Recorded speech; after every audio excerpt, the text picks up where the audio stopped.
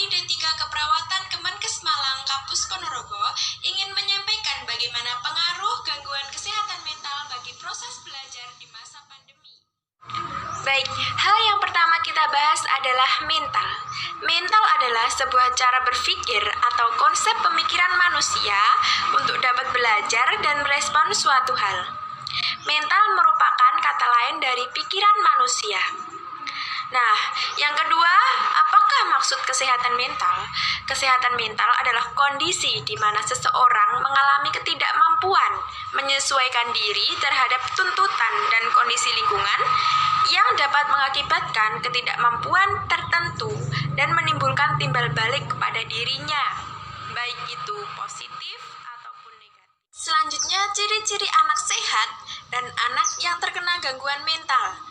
Anak sehat memiliki pandangan yang sehat terhadap kenyataan, memiliki kecakapan yang menyesuaikan dirinya pada segala kemungkinan dan kemajuan. Yang ketiga, mencapai kepuasan pribadi. Kemudian apa sih anak yang terkena gangguan mental? Ciri-cirinya yakni tidak adanya keserasian antara fungsi jiwa, orang yang gagal dalam mengadakan penyesuaian diri, tidak dapat menerima kenyataan, banyak menggantungkan diri pada orang lain, tidak bertanggung jawab, tidak merasa bebas, tidak bahagia, dan banyak yang tidak dikuasainya. Selanjutnya, tanda-tanda orang yang telah mengalami gangguan mental di masa pandemi. Yang pertama adalah kondisi di mana kepala mengalami sakit yang sangat berat. Yang kedua adalah ketegangan otot, mengalami gangguan tidur, tidak bersinergi, perubahan nafsu makan, dan detak jantung meningkat, sulit berkonsentrasi, mood berubah-ubah, gangguan lambung dan pencernaan seperti mah, dan menjadi sering pelupa.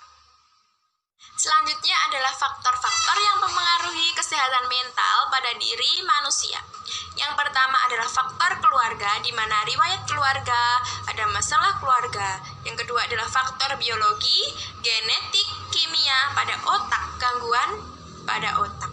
Kemudian faktor sosial, yakni pendidikan, tugas pekerjaan. Kemudian faktor kehidupan, meliputi trauma, pelecehan, racun, alkohol, dan obat-obatan.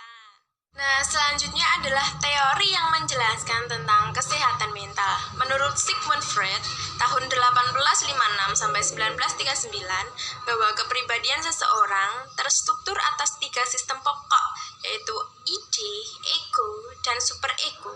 Masing-masing bagian dari ketiga sistem pokok ini memiliki fungsi, sifat, komponen, prinsip kerja, dinamisme, dan mekanisme tersendiri, namun mempunyai abstrak begitu erat satu sama lain sehingga tidak mungkin dipisah-pisahkan. Baik, selanjutnya adalah contoh kasus yang terjadi akibat gangguan mental pada remaja, yakni seperti yang tertera di layar.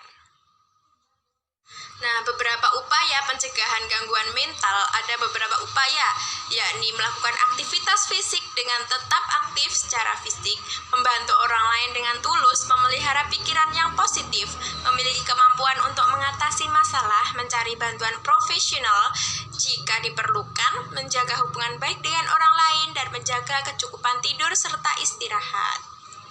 Selanjutnya adalah bagaimana sih penanganan gangguan kesehatan mental. Yang pertama adalah dengan psikoterapi, obat-obatan terapi, rawat inap, support